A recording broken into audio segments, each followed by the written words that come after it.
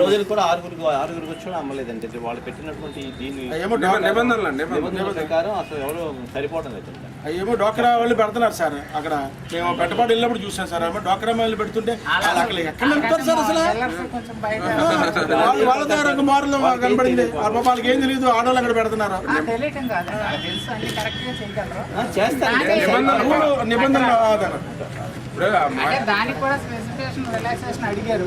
ఇతరాలు ఏదో 10% కొంటామని రాత్రి 50% మామూలు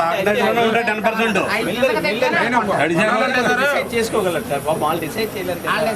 ఒకటంటే ధాన్య కొనుగోలు కేంద్రం పెట్టాలంటే ప్లస్ నిబంధనలు కూడా సరళించాలి. ఇప్పుడు మీరు 17% మాయిశ్చర్ అక్కర్లేదు సార్. అందరూ వెళ్ళి పోలీసుకుంటారు.